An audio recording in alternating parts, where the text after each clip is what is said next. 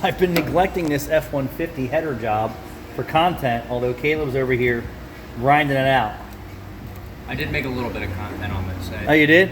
Yeah. Because this isn't an easy job. This is actually a miserable job. If the truck was brand new, headers on any vehicle is a miserable job.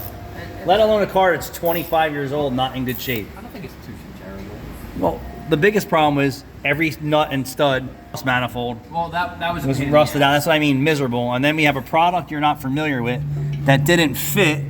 So what Caleb had to do there was cut out a relief in the header so that it would actually pass the oil dipstick. And actually that's not bad because that lets them expand and contract at different rates. Yeah.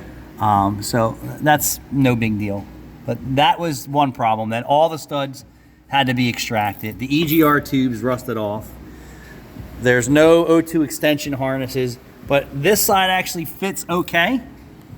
Would you give it the okay? This side fits okay with the exception. I mean, so the true way to do this, I'm sure, would be to pull the dipstick tube out.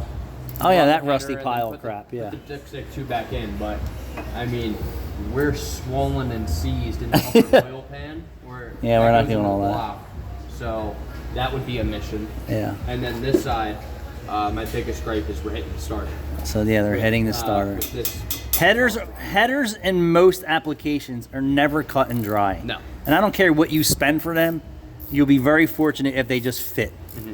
Like your girlfriend with the Mustang, who paid her Mustang guru to put put headers in, and the job wasn't even perfect. Yeah, he didn't clearance the headers. He just slammed them in. He slammed them in. He didn't clearance the headers. He didn't advise motor mounts. Cause he should have advised like polyurethane. He should know mounts. that product line, right? He tunes Mustangs. Right. Like that's his thing. He 100% should have. All he did was just slam them in, and she complained about rattles. Yep. And that's what you got. Yep. It was hitting the steering shaft. And she didn't want to pay us to fix it. I think she had an appointment with him, or I don't know. Whatever. Even the guys that you think, right. Even the guys that you think that are the best, sometimes they're just slamming shit in there and saying, well, if they complain about it, I'll deal with it, and if they don't, it's a win for him. Yep. And guess what? She complained about it, and we've seen all the issues: hitting the steering shaft, too close here and there.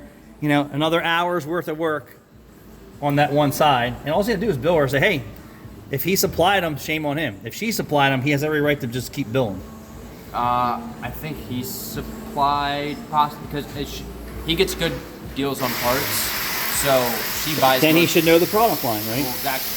Yeah. But I think she buys pretty much all of her parts through him. And you know, when they're probably building those headers for those cars, their jig is brand new. They don't compensate for worn motor mounts, worn body mounts. You know, nothing. It's crashing their performance car. Yep. So. This they didn't plan for the dipstick tube. Here you go. Here's your complete kit. You need a smaller starter. You need a new dipstick tube. You need EGR tube. Well, you don't even necessarily need a smaller starter. O2 extension harnesses. The starter solenoid is important. If they move the starter solenoid... You ain't moving the starter solenoid. Well, I know that, but if it's moved 15 degrees down towards the oil pan... Oh, man, this transmission dipstick tube is fucking crispy. Oh, no, I said that. I know. It is crispy holes. It's got some holes in it. Yeah. But this runner for the second most forward cylinder... I would never advise headers for street use. Off-road use only. And if you are the kind of guy that's hands-on, you will be under here retorquing header bolts at the manifolds constantly. Because if the motor mounts are weak, it only wreaks havoc. How about that body mount? The body mount seen better days? She's a Ford. She's Ford tough. Most of the time, like I said, Caleb's like, I'm shocked he took this. If it wasn't a friend of a friend, we wouldn't have. I would have never done it. No. Ain't no amount of money worth listening to anyone complain. None.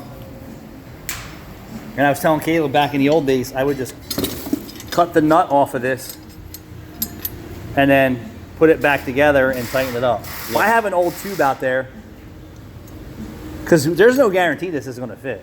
When you take that other one off, there's a zero guarantee this aftermarket part is going to fit these aftermarket headers. I don't think an OEM would fit. Because look at how far off the plug is from the tube. Yeah, I can see that. It's clocked.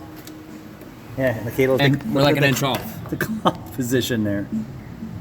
Well, it's not even that we're clocked wrong. It's that the exhaust runner's about an inch too far out. Well, I'm saying the EGR tube. Even if it's clocked right, Yeah. and then we're sitting too high. I think I'm gonna have to bend the aftermarket one a little bit, or like barely start the threads, and hopefully that it'll stretch the tube in the right way to get it on. The hole's getting plugged. Oh, he said he doesn't care. I don't know what he said, but I mean, We can make it work.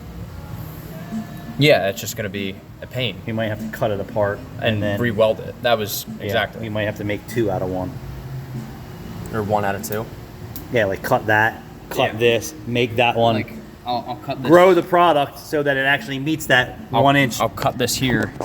Here's our problem. You're the wrong way. I'll cut it right at the end of the flashlight, right there. And that's a hard mount EGR tube that does not. It's an inch off. And then I'll cut the new one, and then I'll thread it on, tack it all up while it's in the car. Yeah, that's my. And then I might have to pull. I'll probably still have to pull it out to weld it all around, make sure there are no leaks back in. This is why most shops say no to this crap. We'll get it done. Thanks for watching.